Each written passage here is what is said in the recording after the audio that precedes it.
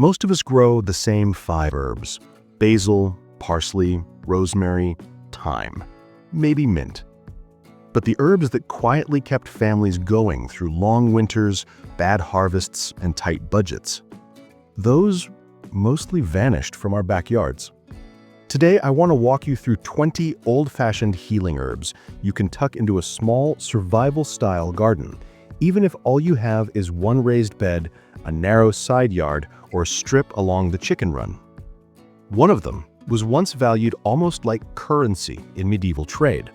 Another is a little lawn weed that modern lab studies are now testing for antiviral and immune support compounds. They're not miracle cures, but they are powerful helpers. After years of testing herbs that actually work in real family yards with real budgets and the occasional nosy chicken, these are the ones I'd start with. Maybe when you hear herbal medicine, you picture a big, dusty apothecary, shelves of tinctures, or something complicated and mysterious. That's not what we're doing here.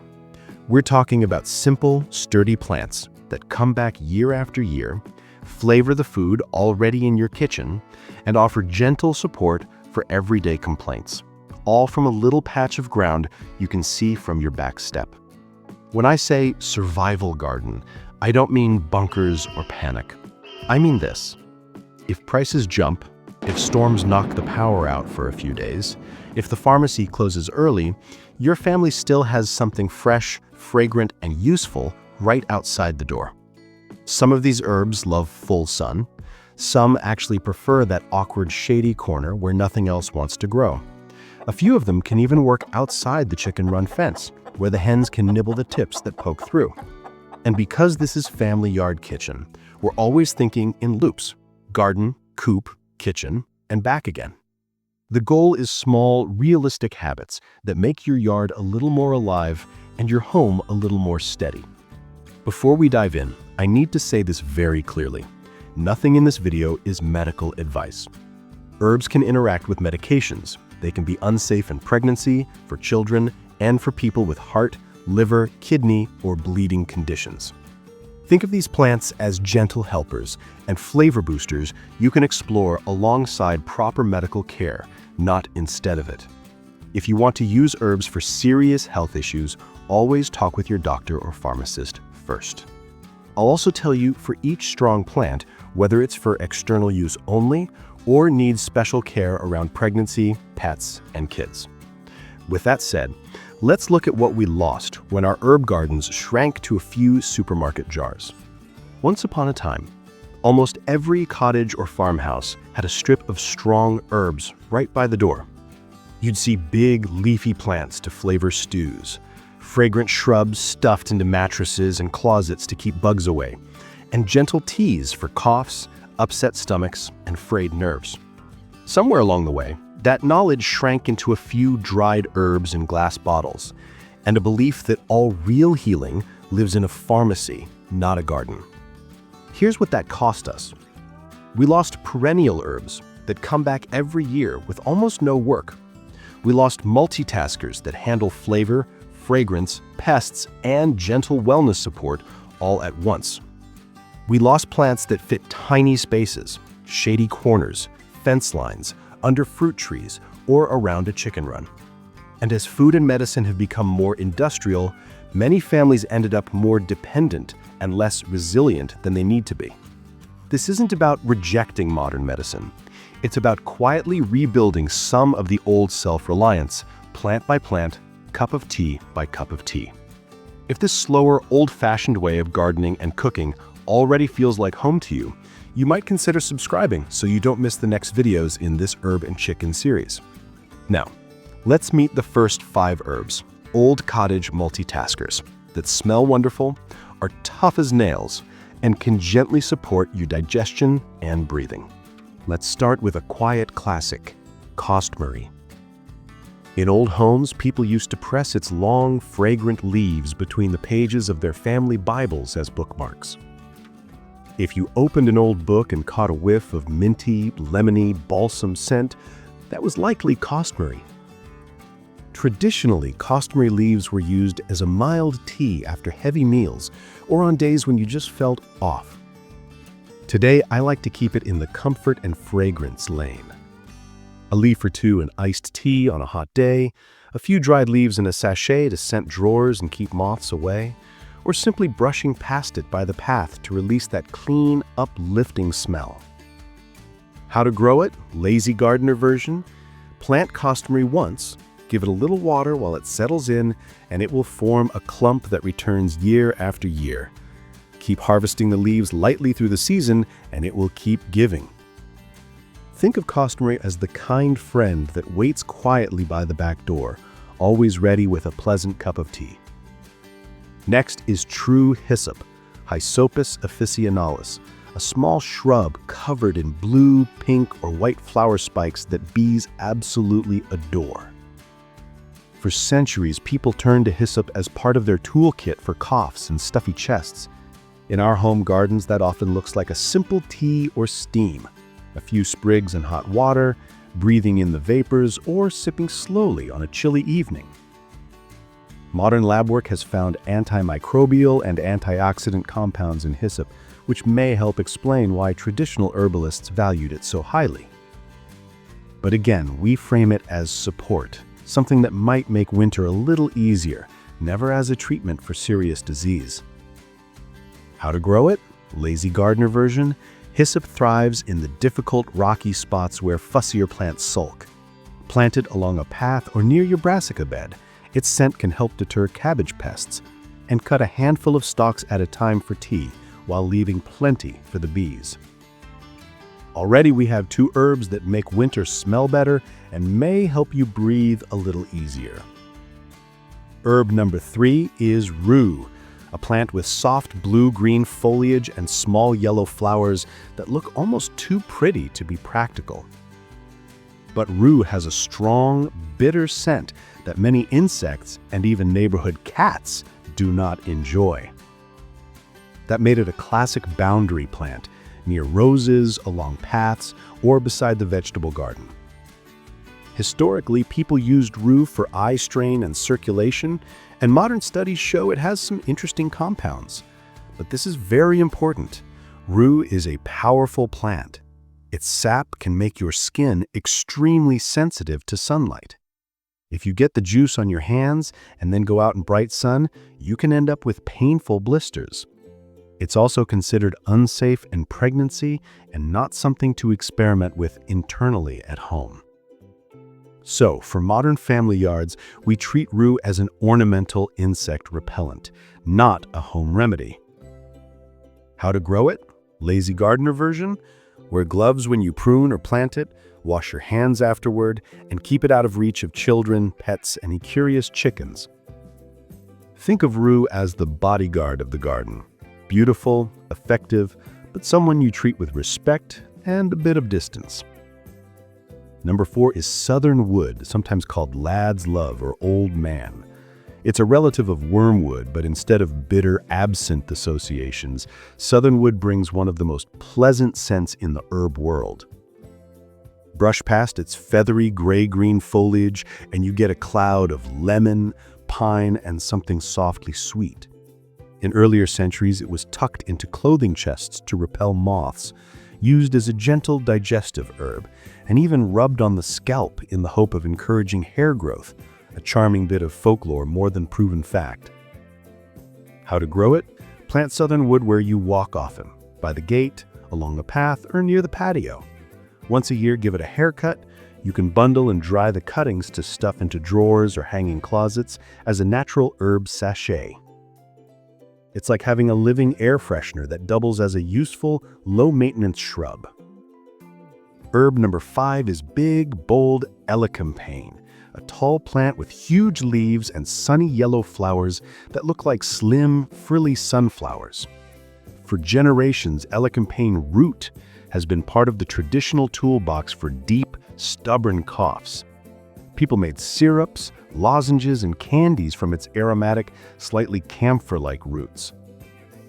Modern lab studies have found that some compounds in elecampane can slow certain bacteria and showed anti-inflammatory activity in test tubes. That doesn't make it a replacement for antibiotics or serious medical care. But it does help explain why so many old herbals praise it as a lung support plant. How to grow it? Lazy gardener version? If you give elecampane a good start, decent soil and water that first year, it usually rewards you with a stately, dramatic clump for years. The roots are typically harvested in the fall of the second year. You can take a portion and leave the rest to keep the plant going. It's like having a backyard pharmacy shelf that also happens to look stunning. If these first 5 herbs are already opening up new ideas for your garden, tap that like button so this video can find more folks who love old wisdom and small yards. Now let's move to the kitchen with herbs that make food taste better and help dinner sit more comfortably. Herb number 6 is sweet cicely, a ferny plant with a strong anise scent. In old monastery gardens, sweet cicely was the quiet secret behind tart fruit desserts. Cooks would throw a handful of leaves into the pot when stewing a rhubarb or gooseberries. The plant's natural sweetness meant they could use about half the sugar. That's still one of the easiest ways to use it today. A handful of leaves in the pan with rhubarb or other sharp fruits, and then taste before adding sugar. You may be pleasantly surprised by how little sweetener you need. Water it well while it's settling in, then just keep an eye on it during very dry spells. It's a perennial, so once it likes you, it tends to stick around. Medicinally, sweet cicely has been used for digestion and gentle comfort, but modern data here is limited, so I keep it mostly in the kitchen and dessert category. Number 7 is horehound, a humble gray-green plant that's been in cough syrups and candies for a very long time. If you've ever seen old-fashioned horehound drops at a country store, that's this herb. Traditional herbalists use it as an expectorant, something that helps loosen mucus and calm a stuck, barking cough.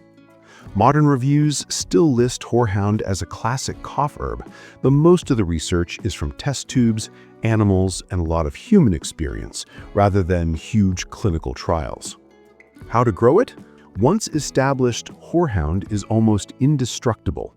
You can snip stems through the growing season to dry for tea or syrup. A simple home use is to simmer the leaves gently in water, strain, then add honey and a bit of sugar and cook down into a syrup or candy, always avoiding very young children and always treating it as a helper, not a substitute for proper care if someone is really ill. Sometimes just knowing you have a jar of something warm and bittersweet in the cupboard is its own comfort.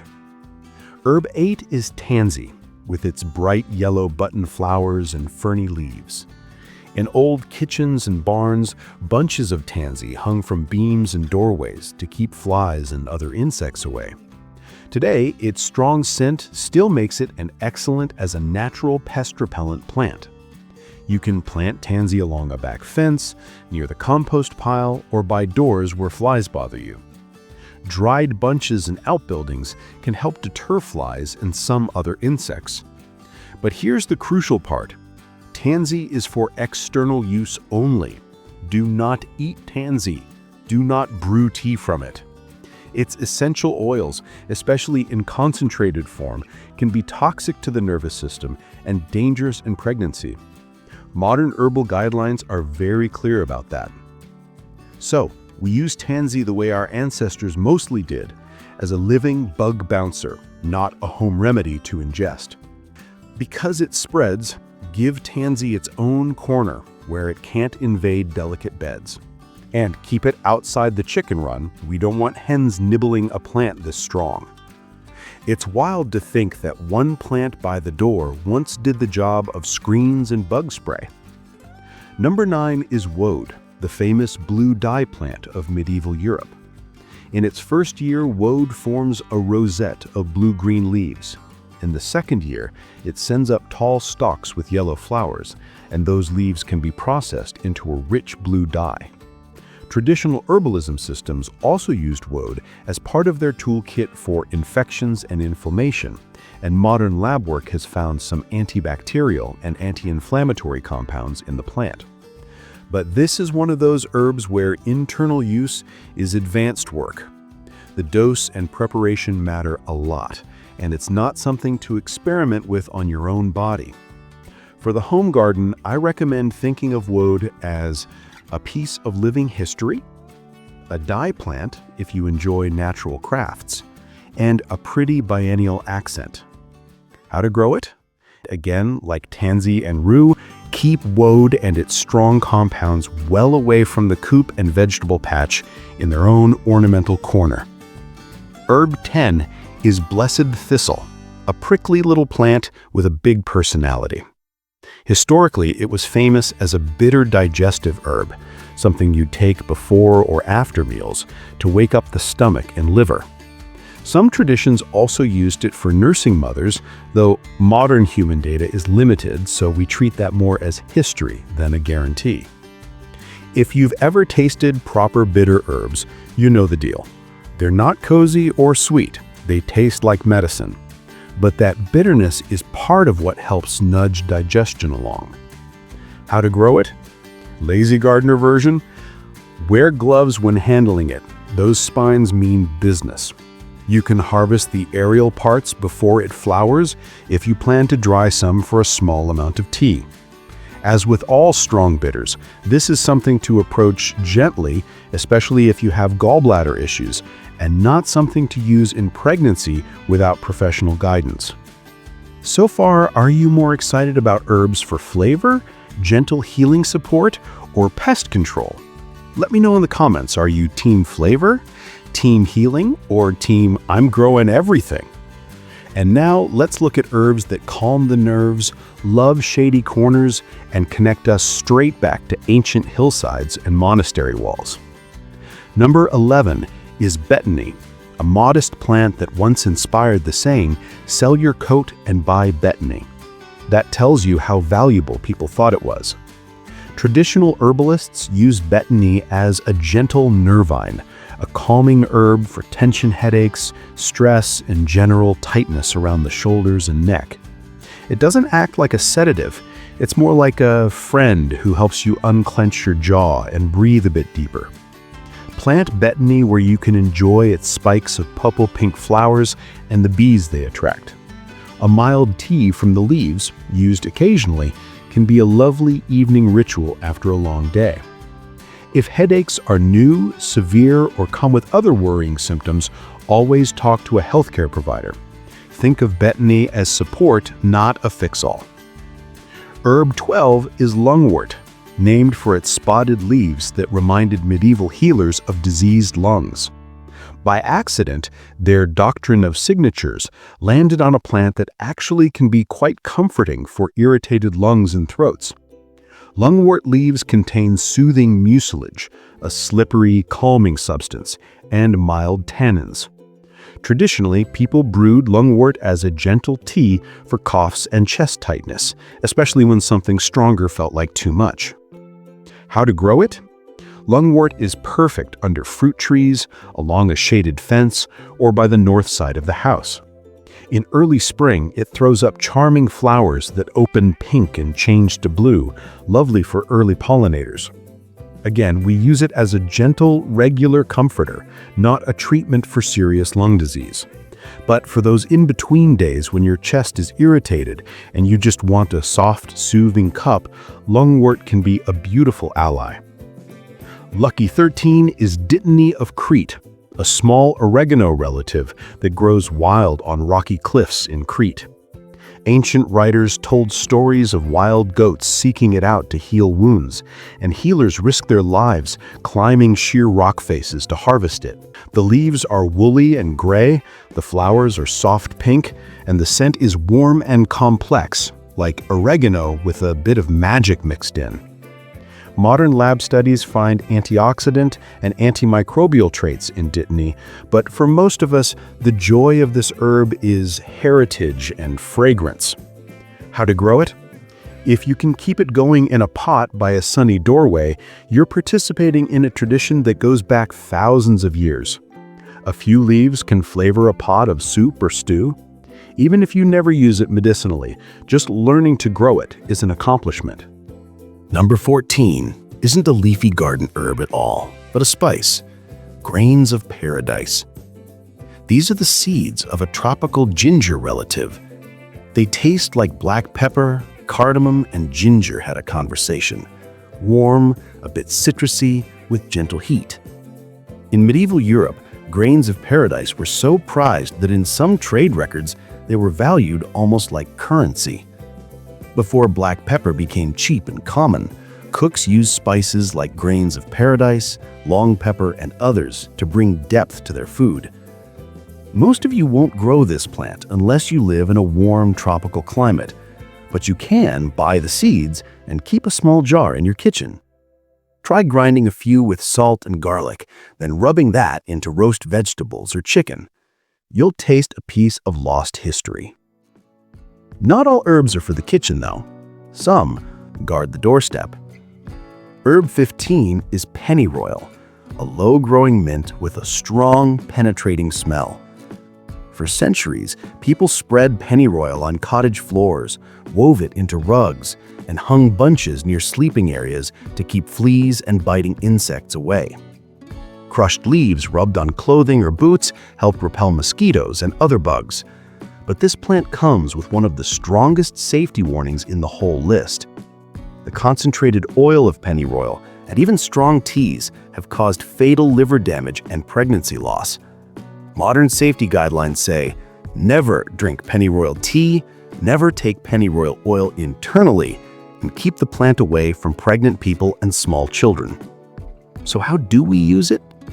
As a living, external insect repellent only. Plant pennyroyal between stepping stones or along paths where you can brush it with your foot to release the scent. Do not plant it inside the chicken run. Let it live where hens can't graze it. Think of pennyroyal as a powerful tool that demands respect and very clear boundaries. Herb 16 is sweet woodruff, one of the most underrated little plants for shady spots. Fresh, it doesn't smell like much, but once dried, sweet woodruff develops a lovely scent, vanilla and new mown hay. In German tradition, it's used to flavor a spring drink called May wine.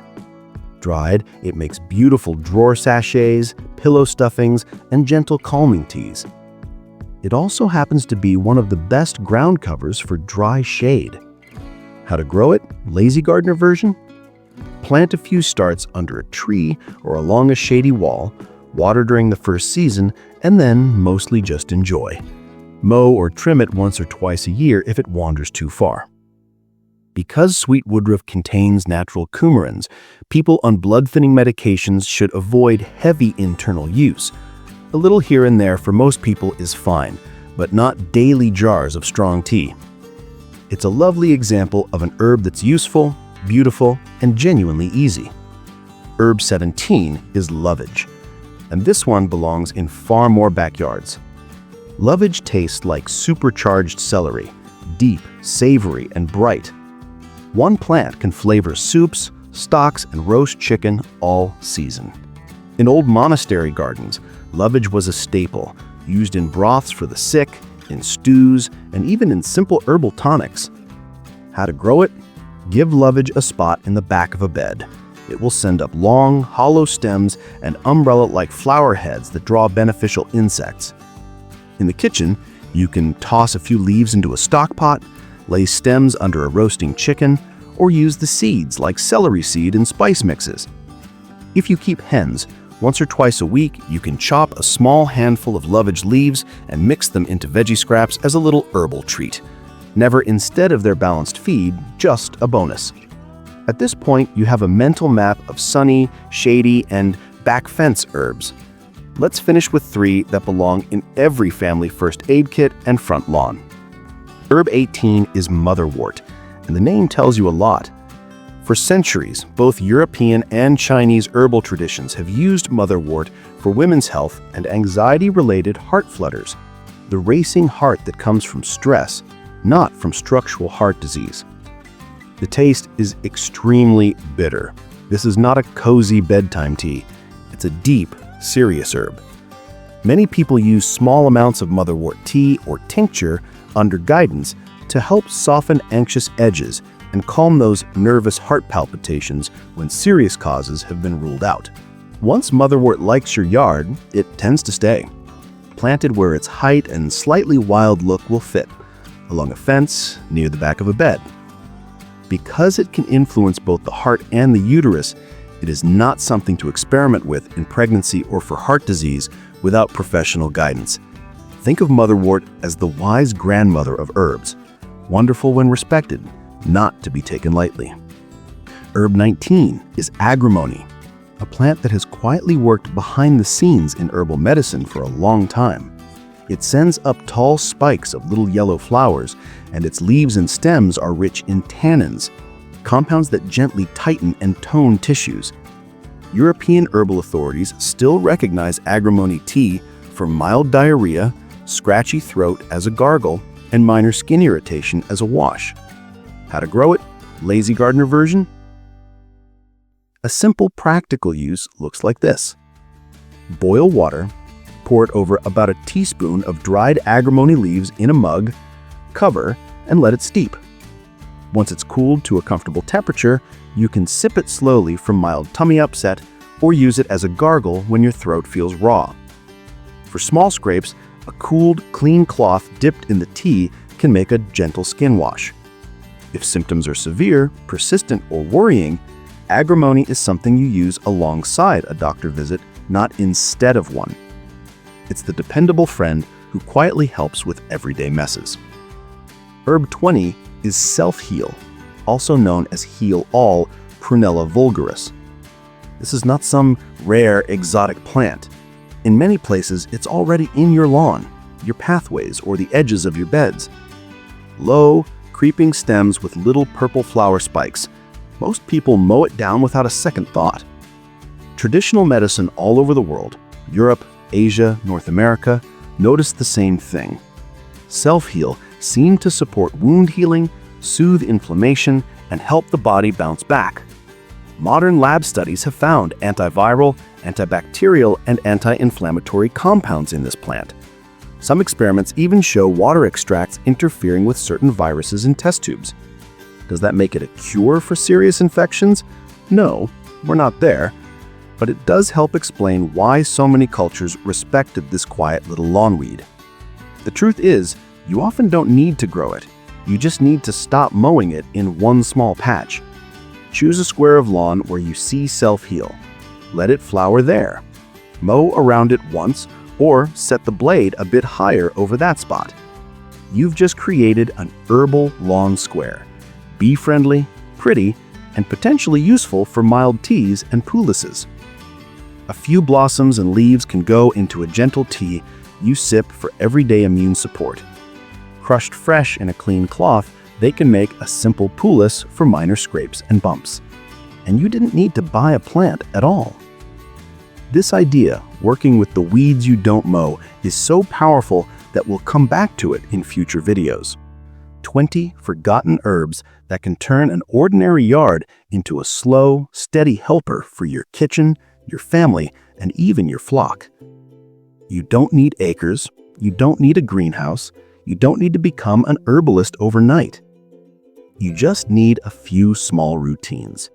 A shrub of southernwood by the gate, a clump of sweet cicely by the shady path, lovage and hyssop standing guard at the back of a bed, tansy and pennyroyal kept firmly outside the run, guarding against bugs, and maybe a little square of lawn where self-heal is allowed to bloom instead of being scalped. Most of these herbs are perennials.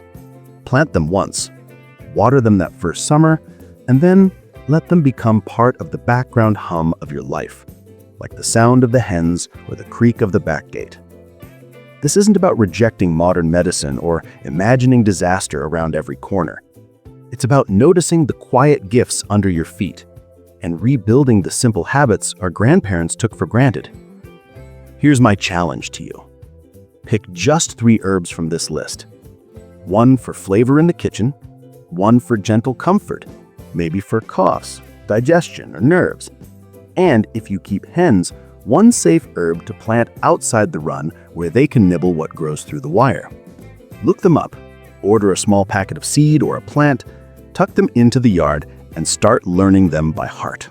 Maybe once a month you make a little tradition. Herb and Egg Day. Snip some herbs for the roasting pan. Sprinkle a small handful of safe leaves into the hen's scratch as a treat. Let the grandkids help gather eggs and sniff the plants by the path. That's the garden, coop, kitchen loop working quietly in your favor. And if you'd like a deeper guide to pairing herbs and vegetables so they really look after each other, our book, Veggie Matchmakers, takes this idea further in a slow, practical way. Companion planting for real family yards, not perfect homesteads. If this walkthrough forgotten herbs helped you see your yard differently, feel free to like this video, share it with someone who loves plants, and subscribe so you don't miss what's coming next. Until next time, keep tending your little patch. Keep asking, what else could grow here?